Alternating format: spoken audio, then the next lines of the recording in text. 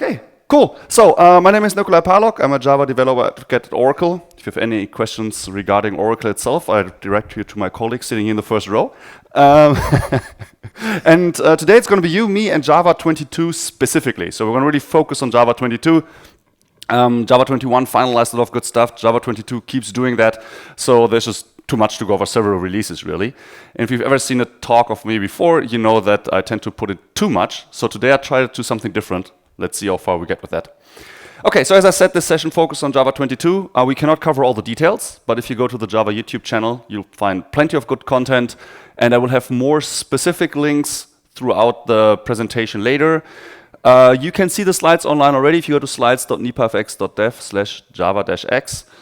They work reasonably well on mobile, but more intended to be viewed on a laptop probably. And everything that looks like this, which is kind of greenish, but not code highlighted, I should add, all of that are links, right? So there will be plenty of links throughout these individual sections, so you can look up stuff in case any of these interest you. And if you have any questions, it's a small audience, it's a small room, just raise your hand or just straight up ask. I'll just stop talking and listen to you. Don't wait for me to take a breath, that barely ever happens. So we have lots to talk about. These are the 3 features that were finalized in Java 22, and I really want to get over these 3, definitely. And then we have 3 more that had their first preview in 22. And then there are a bunch of features in between that had their first preview in a past release and are seeing continued previews in 22. If you have questions about those, I'm sure I can answer those as well.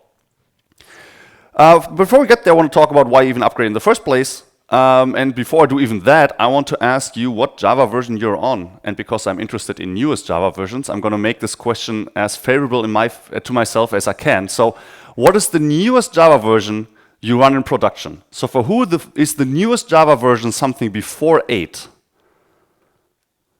You're lying. I hope you're also lying. The newest Java version is 8. A few people. 11? 17? Oh, nice. 21? Yes, great. Okay. Any version I did not just name? Good, right? No, probably nobody's supporting any version in between as far as I'm aware. I mean, if they do, that's great, that's good, but don't run like Java 16 without a support contract, right? At this point, that means you're wide open to whatever security vulnerabilities have been discovered since then. Okay, so why even upgrade, right? I mean, like, I've seen a lot of 21 and 17 here, so I think you're mostly aware, but still maybe there's a CTO that you need to convince. One reason to upgrade is that running an old version has explicit cost. You're probably going to have to pay somebody for support, and the support in libraries and frameworks is waning. Already now we can see, specifically if you're still on 8, that most of your dependencies will move out from under you, and their newest version will not actually be supported on Java 8 anymore. But there's also an opportunity cost. There's also a cost for not running on a new version. And if you're not running on a new version, you're missing out on productivity features, on performance, on observability. You will have better access to talent. Imagine you yourself trying to look for a job, and you have the choice to work on a Java 8 or Java 21 code base. Everything else being equal, that's a big if, right? There are lots of other important things besides Java versions, but everything else being equal, you probably know which job you would prefer. And so if you need access to talent, then running on new versions can help you. And maybe that can rope in HR into your argument for why it's a good idea to be on new Java versions. And the upgrade cost is only going to get larger. At the moment, if you want to go from 17 to 21, for example, you can probably just update all dependencies. I know that's not always trivial. And then do the jump from 17 to 21. If you're on 8, you're already running into issues that practice might not work anymore because all newest versions of all your dependencies might include versions that don't even run on 8. And then you have to figure out what connection of versions actually works on your Java version. But in the end, unless you want your project to die within the next couple of years, you're going to update anyway, right? So sooner or later, you're going to do it anyway, so why not do it at a time where you can benefit? The cost is not going to get lower, but you're missing out on a bunch in between. I wrote down a few things that you can do on how to upgrade, like stick to supported APIs and to well-maintained projects if you have the choice. But I want to focus on that last one. You could build on many JDK versions. What I mean by that is that, let's say you're one of the people who raised their hand at 11 or 17. And you're running your system in the cloud or on your own premise, so you have full control over the runtime environment. So you could say, well, I run on 11, I just built for 11. I would argue you should build on way more versions. So if you're on 11, I would argue to also build on 17 and 21, because those are versions that are currently still being supported. On 22, because that just came out. And 23 in early access. And if you do all that, then you get much more information about what is happening with these Java versions, with your dependencies, how they relate to one another, whether everything still works. If you've got good test coverage, then this will give you a lot of early warnings if there's any issue. You don't have to build every commit and the full project if that causes issues, right? Like if if your build takes a while, running all these Java versions might quintuple the build time. Do it nightly. If parts of your project you already know that you have an old dependency that doesn't work on Java 21, say, then don't build that part of the project. Don't build that sub-project. Don't run those tests. Find a way to just build as much as is feasible, only to give you, like a canary in a coal mine, give you some early warning signs if anything happens. Right? Like if there's any feature being deprecated that you need, or if there's any library that stops working because it used some JDK internal. There are plenty of like small detail reasons why something might break, and while most projects are fine, it's still good to know up ahead. Then specifically for those on 21, you might wonder, what about 22? Should I stay on my Java 21 LTS version? And I'm here to tell you that within OpenJDK, which is the project that develops the reference implementation for Java, which develops anywhere between 80 and 100% of the code that you're actually running, that project doesn't know the concept of LTS. So LTS is a vendor-centric concept, something that Oracle offers you or other companies offer you, right? So within OpenJDK, within the code base, within the people developing that concept plays no role. All versions are just as good as any other, right? 22, 21, even 20, when they came out, they all got the same level of quality. The difference between 20 and 21 is that at the moment, the OpenJDK fork of 20 is dead because nobody's pushing in new commits. 21 and 22 aren't. That's the only difference, right? If you need support, that's something that happens outside of JDK with its vendors, and you basically end up paying for not getting new features, which is how Ron Pressler put it. That sounds, maybe you want to get out of that, maybe you don't stop paying and get new features, go to 22. And if you want to, this is the full picture of what I meant when I said there's more to talk about tier maintenance and OpenJDK, how that all works. And if you don't want to memorize this right now, I can recommend to watch this video. It caught a lot of flack. It's a little bit clickbaity, but it's technically correct, which is the best kind of correct. Okay, with all that said, let's go into these features. And we're going to start with unnamed patterns. Now, for those of you on, let me see where's my cursor there. Okay, it'll pop up here. That's annoying. Okay, for those of you on 21, who uses pattern matching occasionally? Like a switch over a complex type? Okay, a few. Everybody else, who has seen me or anybody else talk about pattern matching before? Okay, that's good. That's at least half the audience, because I'm going to give you like a super quick intro to cut to the one thing that we care about here. If you've never heard about pattern matching before, some of this might seem out of the blue and partially confusing.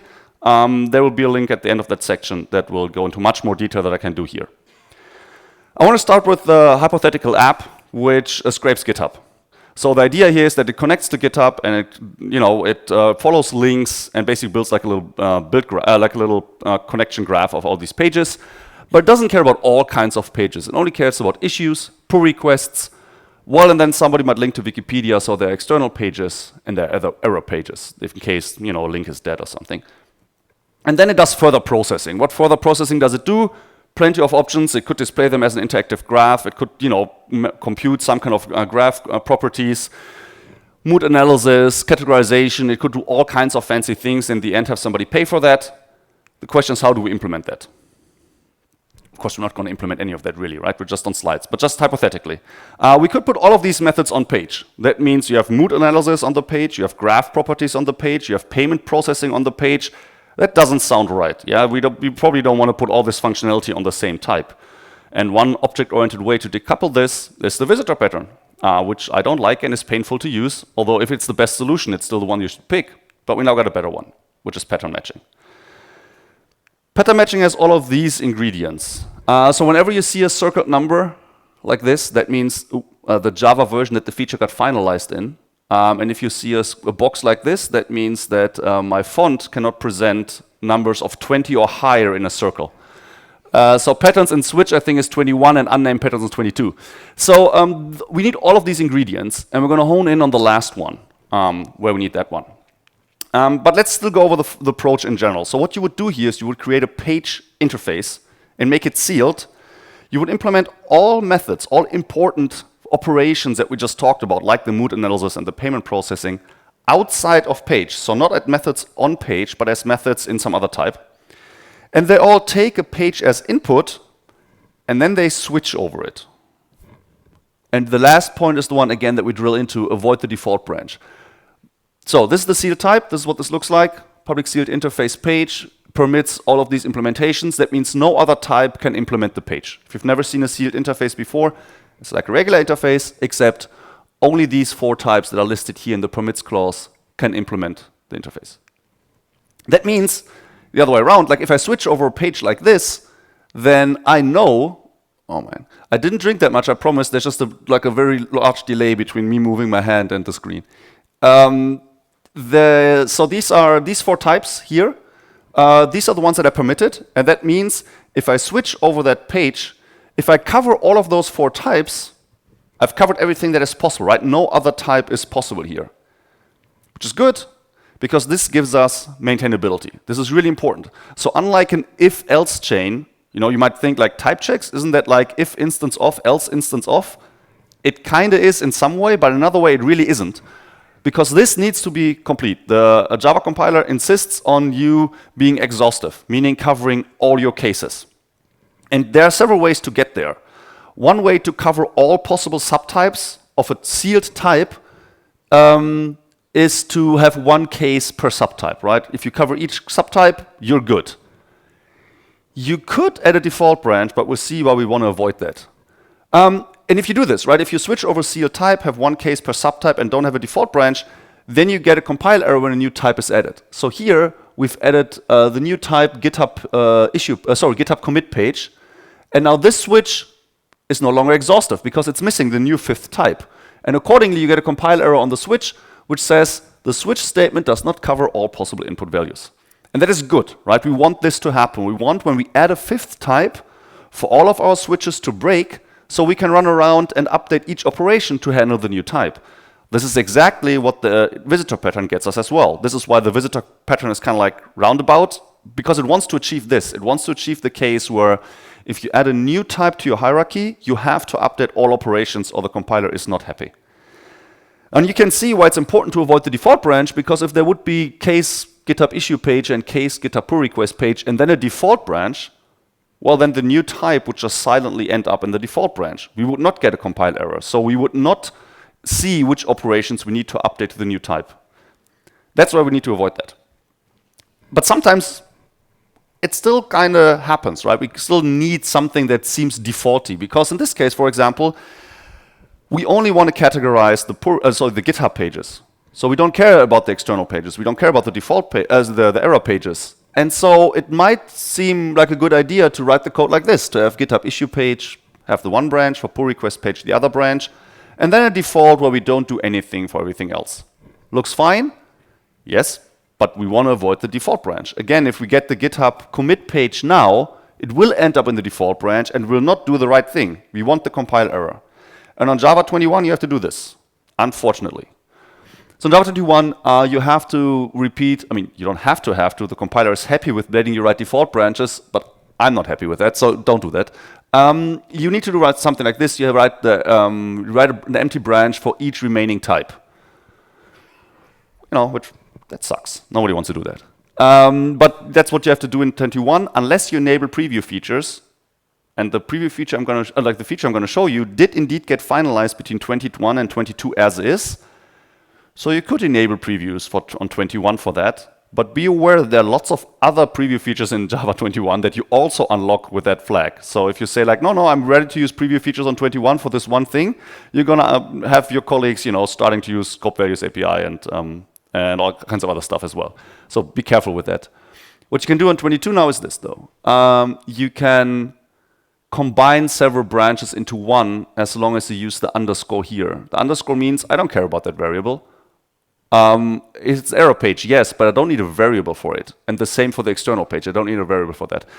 And if you don't have a variable to refer to, then you can combine several branches.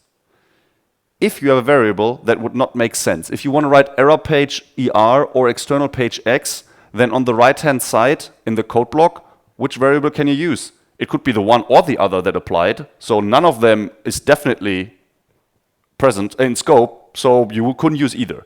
So that's why you cannot combine several branches with explicitly named variables. But with the underscore you can. And this is slightly more code than the default branch, but that gives you the maintainability of when you add a fifth type in this example, to be forced to update the operation. And that is really crucial if you use pattern matching like that. So I really recommend to look into this, and if you don't already, make sure that you do not use default branches, and on 22 use that instead. If you want to learn more about that, JAP 456 is the one that finalized the underscore, and the pattern matching tutorial that we recorded last year is still fully applicable and goes into that as well towards the end of the video. So if you don't know pattern matching that well, that video gives uses I think even the same example code actually, but goes into much more detail on all of these steps. Questions? Good. Let's go. Foreign memory and function API. Foreign function memory API, sorry. This is about cutting the isthmus between Java and native code. And if you know where the foreign function memory API comes from Project Panama, which is where this metaphor comes from as well. The idea behind Project Panama as the Panama Canal is to cut between, a little bit of landmass that separates two vast oceans, and that's the idea here as well. You have the Java ocean and you have the native code ocean, and you need a better connection. JNI and byte buffer are kind of there, but they're not doing that great. We're going to look into that a little bit. So let's start with storing stuff off heap. First, why would you do that? Most Java developers don't. And if our projects do, then we usually do this via third-party dependency. But sometimes, rarely, maybe we do. And that's also why I don't go into that much detail here, because most of us don't. But you want to store stuff off heap. That means the garbage collector can touch it. That's, for example, irrelevant if you want to call native code, because it's not great if the garbage collector moves stuff around while the native code is trying to operate on it. And at the moment, the best way to do that would be, well, there are two ways to do it. One of them is byte buffer, but that is limited to 2 gigabytes, which is a serious limitation nowadays. And it's also not very efficient. And so the efficient and unlimited way to do this would be unsafe, which is unsafe and not supported. And so that's not a great idea either. So there's really no good solution before the FFM API. But with it, there is. And so Panama introduced a safe and performant API for this, and it explodes byte buffer into a bunch of other types, which I find really interesting. Something similar could be observed when calendar, basically we had calendar and date right before Java 8, and that was supposed to handle all calendar and date related things. And it turns out that domain is much too complicated to just put it into 2 types. And the datetime API that was introduced in JDK 8 has way more types, right? Because the domain is actually complex, and it makes sense to reflect that complexity in the type system and not just to, sweep it all under the rug and act as if it's actually a very simple problem. And this feels to me very similar. Byte buffer is just it can't do enough being a single type. That's not the only limitation, but that was one limitation. So let's model the domain in more details. So we get these new types, arena, and specifically memory segment. We'll see that in a second. And then to access and manipulate that, we get memory layout and var handle. That's a bunch of new types. Let me walk over here so I can see this better. So this is using just the foreign memory. What we do here is we create an arena, and there's different static factory methods, but let's use this one, arena of confined. And then you get something, I've called it off heap, where you can, store stuff off heap. And there are, largely speaking, 3 steps that you probably want to go to. You want to take your data that you have on heap, your Java data, and put it all off heap. Then you probably want to call something native. And then at the end of that, you want to get the result back in. So the code for all of that is too long to fit on a slide, so we're going to see it in sections. This is the frame. This is what we're going to fill in over the next couple of slides. So what we're doing here is we're starting out with, okay, let's start putting stuff off heap. And the important part is, at the end of this try with resource block, this off-heap memory is deallocated again. That's also a big limitation of byte buffer, that you have no control over when exactly it gets deallocated, which was a big issue. Okay, now let's start moving things off heap. I'm not going to go through this in excruciating detail. But what you can see is here that I have a Java array here, 3 strings. And then in this off heap area, I say I want to allocate an array. And then here I loop over my internal array, and for each element I say, okay, give me turn this into UTF-8 string of heap. So this is kind of like a C string then, like C, the programming language. And then I get a pointer back, and then put that pointer into the array that I just reserved. Where is it?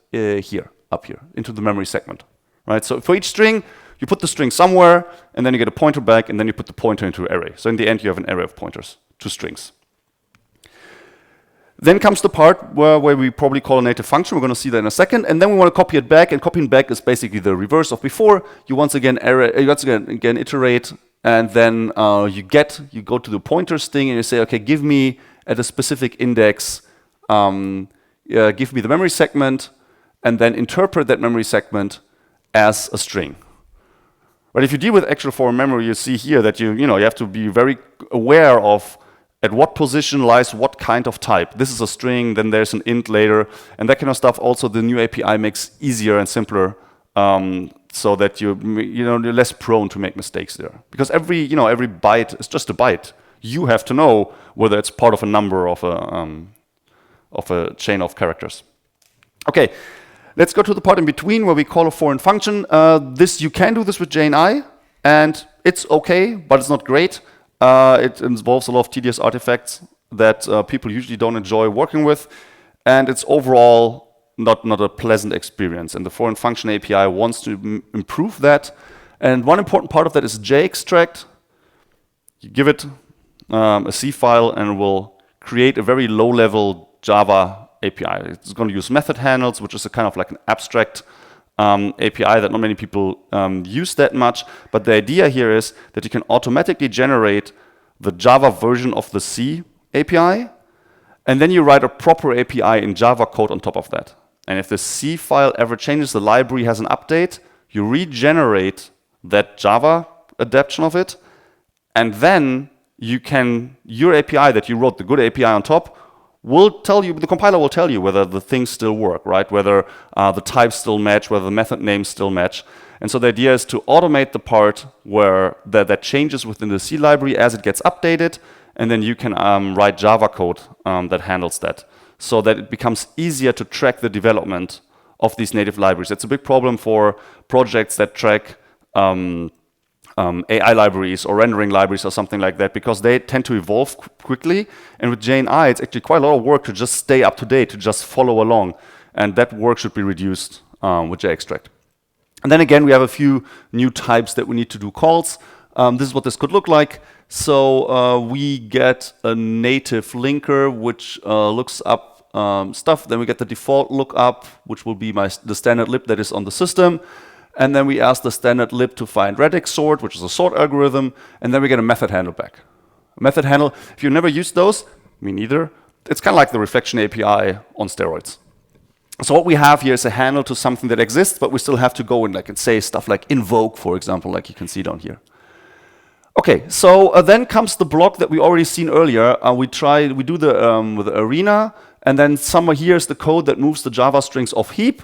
And then comes the invocation, right? And then we have to know what is the syntax of radix sort, like that specific C function we call, what's the order of arguments here, and we pass it the pointers and the length and everything else.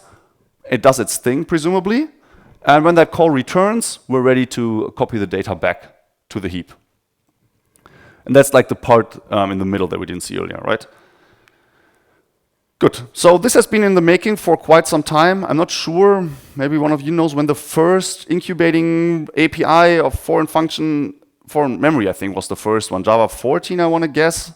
So this has been in the making, so that would make it 4 years now, since the first incubation showed up, and then the API stabilized, and then the other half of the API joined, and then it made first some radical changes, and then over the last couple releases, some minor changes here and there. And this almost made it as a final feature into 21, which would have been nice, but it just didn't make it. And this also shows what I said earlier. From within OpenJDK, it doesn't matter that many companies offer long-term support for 21. There is no rush to get this feature into an LTS version. Again, not a thing that exists in OpenJDK.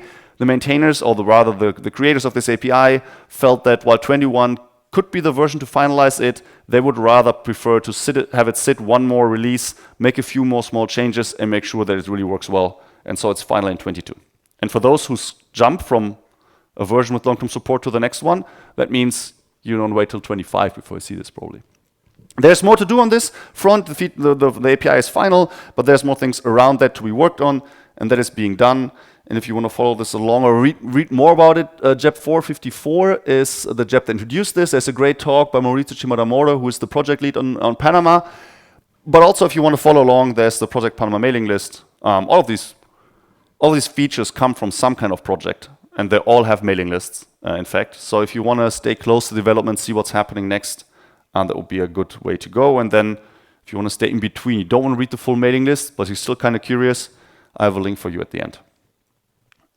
Okay, last final feature. Let's talk about launching multi-file programs.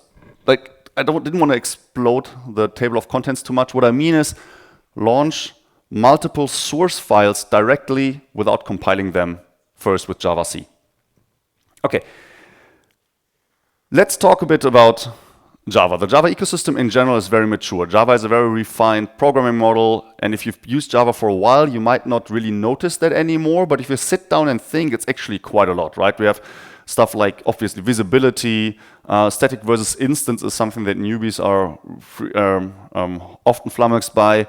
If you just think about what types we have interfaces and classes and abstract classes. Oh yeah, and enums.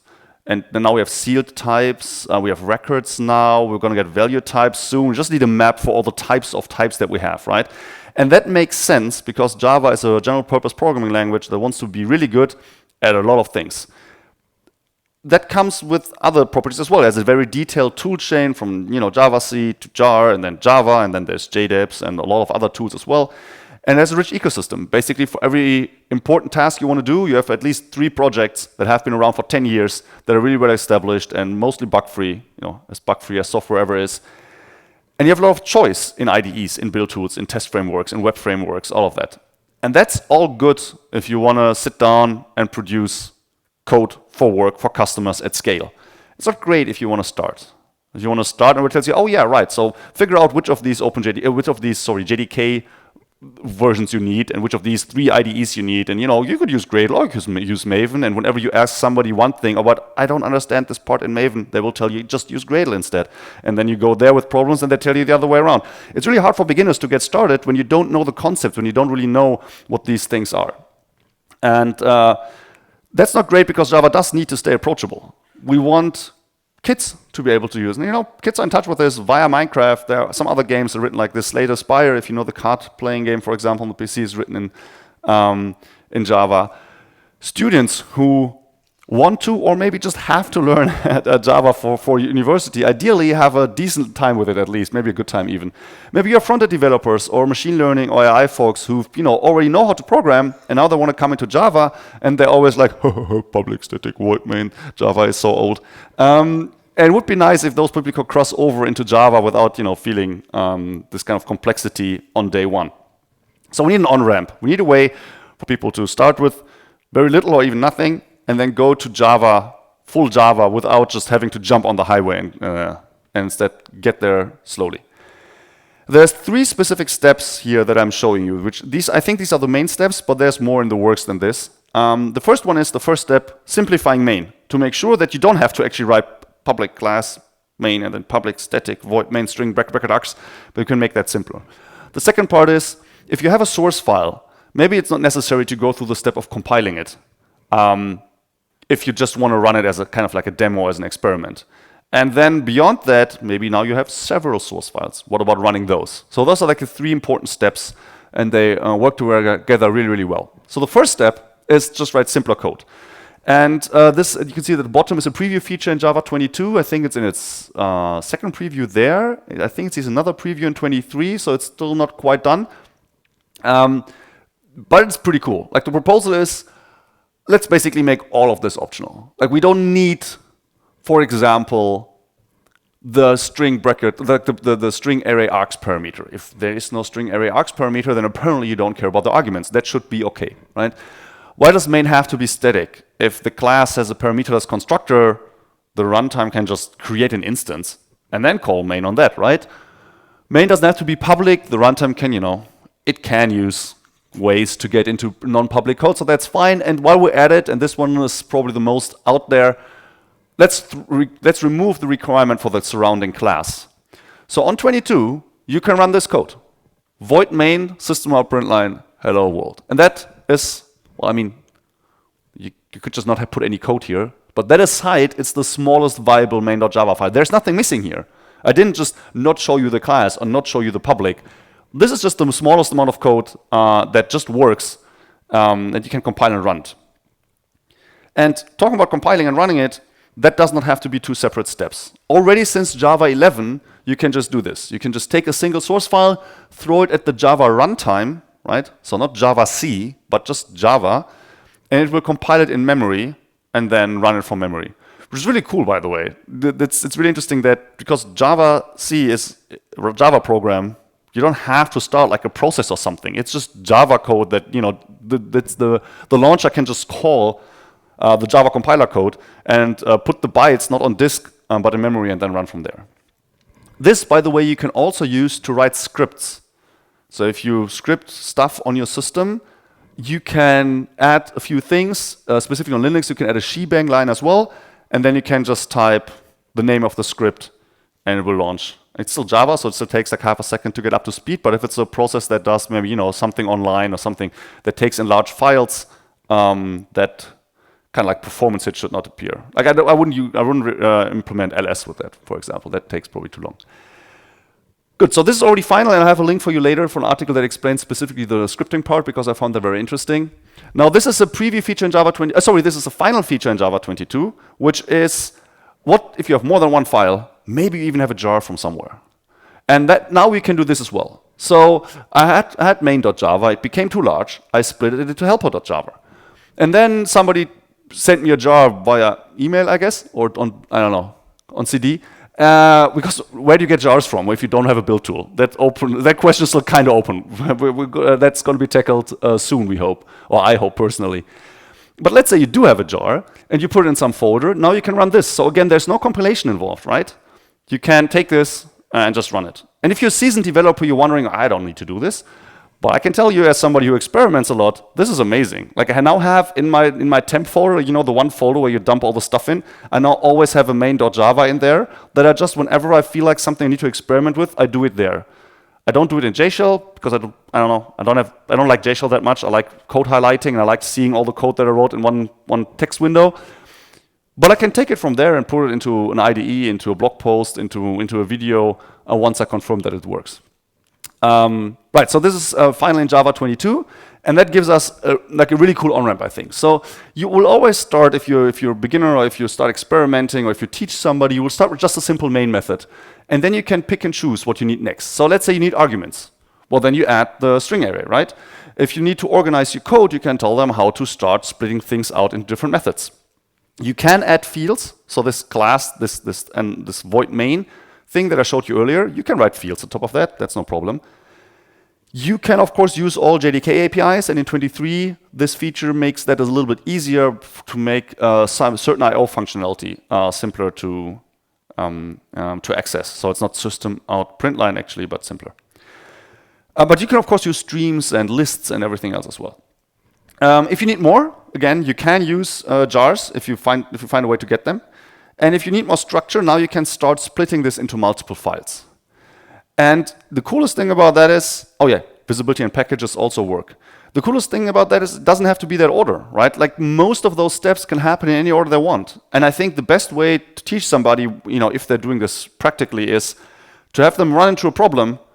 And when they see the problem, and then you can teach them the solution, that I think is the best way for them to memorize that and to really know what the circumstances are where this applies. And this gives you a lot of freedom to do that. So I really think that's a great way to teach new students. Now, this were 3 topics: the simpler main, and the single source file execution, and the multi-source file execution. And I have some sources for you on each. Again, this is the one where I talk about or explain how to write scripts with that. But you can also just read the JEP. It also covers the basics of that. And then there's more JEPs and videos on everything else. Okay, that was what we had to get done. Now, does anybody know how long this slot is? No? 45, so we got 10 minutes, that's great. So we have 3 more topics. We cannot go through 3 more topics in 10 minutes. But maybe you have questions about anything I just presented, or about anything that you heard. Maybe you want to know what's up with string templates? No? Okay, yes?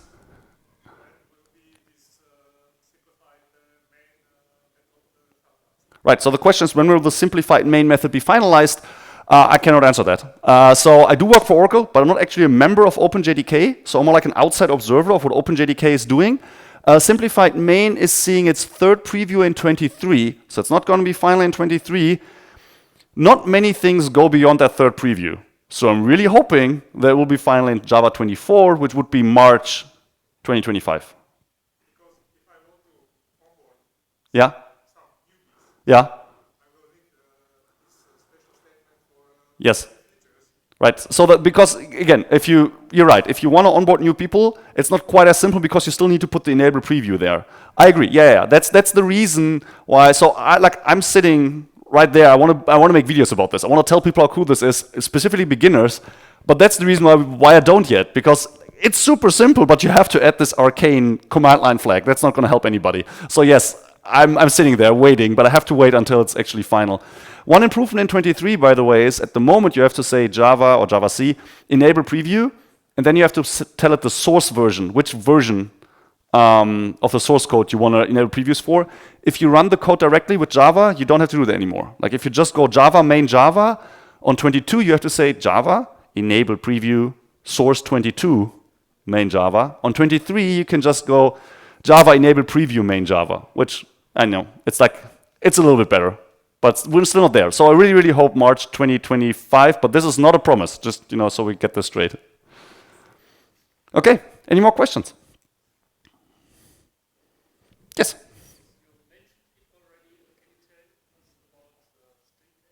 All right, yeah, so I kind of seeded the question there. What about string templates, right? So who has experimented or heard about or watched the video of string templates in the last couple months? Good, cool. Who knows that string templates are out? Okay, about the same group of people. So string templates were introduced as a preview feature, and they were about to get ready to be finalized. And then, on the 11th hour, basically some existing design decisions were questioned. Specifically, if you know string templates, you have to write, for example, str dot and then the template. And really, what that is just a fancy syntax for a specific method call. It's just str as an instance of an interface that has an apply method or process method. So really what it is, it's just str.process and then the string template. And the question then was, does it make sense to add a special syntax sugar that is a whole new way to mask what is just a method call just for string templates? Because I know that some people want to do wait, if we can do this with string templates, why can we not do it with functional interfaces, right? Let's say I have a function that squares numbers. Why do I have to write f.apply3? Why could I not write f.3, right? So this, I already asked that question. So clearly that opens the door to those kind of questions. It's kind of weird to have one very special syntax for just this one thing. I mean, I did kind of like it, but still, I see the issue there. And so once you open that can of worms, it deteriorated from there. There's so many follow-up questions to that. Okay, let's say we don't want to do this. So we just pass string templates on as a raw string template. But then the question comes out, does it mean every method that accepts a string also has to have an overload that accepts a string template? Maybe a method takes 2 strings. Do we now need 3 new overloads? Because one of them could be a template and the other not. So that doesn't sound great. How do you even mark a string template then? Because at the moment, it's just the / curly brace somewhere in the string makes it a template, which is kind of fine if you have this special syntax. But if you start passing it around as regular instances, just saying, oh, I don't need this variable after all, you just remove that variable. Now it's not a string template anymore. It's a string. So now select a different method. Does it do the same thing? So maybe we need a different way to mark a string template. I don't know. Backticks, a $sign before the quotation marks. And if we do that, do we need to stick with the backslash curly brace, or do we do dollar curly? So like this opened up everything again. And so yes, so the decision was made, instead of finalizing something that is not considered the best implementation of that feature that is possible, let's not finalize anything, and let's remove the review, and let's go back to the drawing board, which is kind of sad because it's a really cool feature. But I think it's also important, I think, I'm not sure who put it that way, that Java is too important to just ship a feature that we already know has question marks behind it. And I totally agree with that. So as much as I would love to start use that feature, I really think it's important that we make it the best we can. When I say we, I mean like we, like the big Java community. Again, I'm not a member of OpenJDK, I don't actually have any input on this. But yeah, I think that's an important consideration. Also kind of makes me happy because I have another talk where I talk about the life cycle of a new feature. And the preview phase, it's so far at 100% success rate. But I didn't want to overpromise. I always told people, look, a preview feature can disappear. Don't pile too much code on that. You never know. So I gave it like a 95% survival chance, which was odd because every preview feature so far made it. I'm really happy that one of them didn't. So now this number, I can actually measure that number and be like, what's the percentage of features that made it from preview into final? I hope that answered that question. I'm going to create a video on that that hopefully comes out the day after tomorrow, and I hope to go into much more detail there. Okay, any more questions? Okay, we get 5 minutes. Do you want to pick one of those and we try to see how far we can get? Okay, let's go with stream gatherers. It's my favorite too. Okay, so streams are great, but there are a bunch of intermediate operations that could be considered missing, right? So you could do, for example, sliding windows. Just, I have a list of strings. Give me groups of, give me the 3 strings. And this window is kind of sliding over it. Or something like increasing sequences. If you have numbers there, or even strings, they're also comparable. I want to get these subsequences that are increasing. Maybe the first 10 are increasing, and then we have like 2, and then, so right, there's lots of things that you could do. Actually, there is so many things that it's kind of, implementing all of them on the API would be a lot of work and a lot of weight on an API that is already quite large. But we have that situation elsewhere. With terminal operations, like we don't have all possible terminal operations on a stream pipeline either. Instead, we have this extension point. We have collectors, right? So there's this idea of what does a terminal operation do that is generalized to the concept of a gatherer, of a collector. Then there's a bunch of implementations of that. ToSet, ToList, which nobody uses anymore because now you can go to call ToList on the stream actually. But there are lots of other interesting collectors as well. And then we have one specific API point where you can plug in a collector. And gatherers do the same thing for intermediate operations.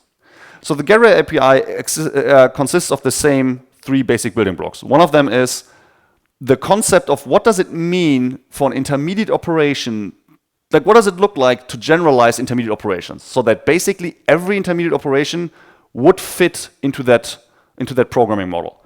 That's what's called a gatherer. Then there are a bunch of implementations that exist already, and then there is one extension point stream gather where you plug them in, and it would look like this. So you have a stream of ACFBS, and then you call .gather on the stream, you call gatherers.scan, and you will probably, just like the collectors, usually use a static import for that, so it looks cleaner. Gather scan, I'm not going to go into detail what scanning does, you give it the arguments it needs, and then whatever, you continue with the stream pipeline. That's what stream gatherers are about. Let's talk a little bit about how they work. A gatherer, much like a collector, consists of different building blocks. But with a gatherer, there are many of them are optional. There's only one required building block, and that's called the integrator. The integrator takes a state that's just like your intermediate operation can build state, so that would be captured by the state instance. It gets the latest element, the one that is currently being processed, and it gets what's called a downstream, which is an abstraction of the next stream step. That's where you pass elements on. And then its task is to take the state, take the element, maybe update state if that's important, and then pass one or several or maybe 0 elements to the downstream stage. This is an integrator, or rather a gatherer, that does nothing. It just sits there transparently. It's invisible. It just passes elements through. So we have the integrator, and there's a lot of generics on these slides. I'm sorry, but there's just no way around it. So integrator of whatever all of this is. And now we get the state, and I'm using the underscore here because it also works for lambdas to say I don't care about the state variable here. It gets an element and it gets the downstream stage. And then it just says, okay, cool, push the element into the downstream stage. We're not doing anything, we're just passing things on. So if you put this into your stream pipeline, it does nothing except making it slower, I guess. And then you create a gatherer from the integrator and you're done. Let's do something slightly more interesting. Let's re-implement map. This is really cool, by the way. If you want to experiment with gatherers, sit down and just re-implement the existing functionality. Start with map, flat map, maybe a filter, and that's really cool to do. Okay, so let's start with this integrator. We call it map, or we call the function that returns the gatherer map. It gives it a function f, and then again we have the integrator. It doesn't need state. It takes the element in the downstream, and then it applies the function f.apply to the element. We get the new element, and then we push the new element downstream. That's map re-implemented as a gatherer. And then there are three optional building blocks: the initializer, the finisher, and the combiner. The initializer is the one that creates empty state. The finisher is the one that runs at the very end of the terminal operation when the stage before says I'm done, the list, for example, is done, or the stage after says I don't want more elements. That's when the finisher runs. And then there's a combiner that we're not going to look at. The combiner is needed if you do some things in parallel, and you need to combine parallel states, but we're not going to go into that. That's weird and complicated. Let's create some fixed size groups, although I'm seeing that I'm running out of time, so I'm going to leave this as homework for you. You can just flip through the slides, or you can look at the video that I will show you in a second. The idea is that we have as input a stream of these, and we want to have as output groups of 2, but importantly, we want to have a final group in case there's any leftovers. And the way to do this is to create an empty list in the initializer. The integrator adds stuff to the list, and when the list has the right size, it emits it. And the finisher just takes the last portion and emits it. Okay, as I said, we're going to skip past all of that. If you want to know more about that, the JEP introduces us. There's a great talk by Victor Klang, who's the person who created this API. And then the bottom, the last video implementing new Java stream operations, that's on my private YouTube channel. That's where I sit down in front of my computer for 30 minutes and just type a bunch of gatherers. Okay. Last thing I want to say, Java 22 in a few slides. These features were finalized. We didn't look at region pinning for G1. It's not exactly big, but you can look it up. It's a link. It's links to the JEP. Bunch of previews get continued, although string templates is kind of moot at this point. There are still a preview feature in 22, but since they're out in 23, it doesn't make sense to look at that anymore. And then the new previews, those were the ones, at least for one of them, we just looked at. So Java 22 is not like Java 21, like finalizing, pattern matching and virtual threads in the same version, coincidentally. But it's really no slouch either. It continues Java's measured evolution, and I think it does a really good job at that. And you can get it at jdk.java.net/22. And if you don't want to run that in production because you stick to LTS versions, then run experiments. Maybe you have something at home, or maybe something internal to the company that you can start using this to get used to new features. And towards the very end, I do mention that I work for Oracle. Please go by dev.java if you want to learn how you can use features like these. And if you want to know how these projects are being developed, go to insight.java, and there you can find the most important mails from the mailing lists. When new JEPs get announced, we even have an RSS feed for old people like me. So you can observe OpenJDK doing its thing without having to read 20 different mailing lists. And with that, I thank you very much for your attention.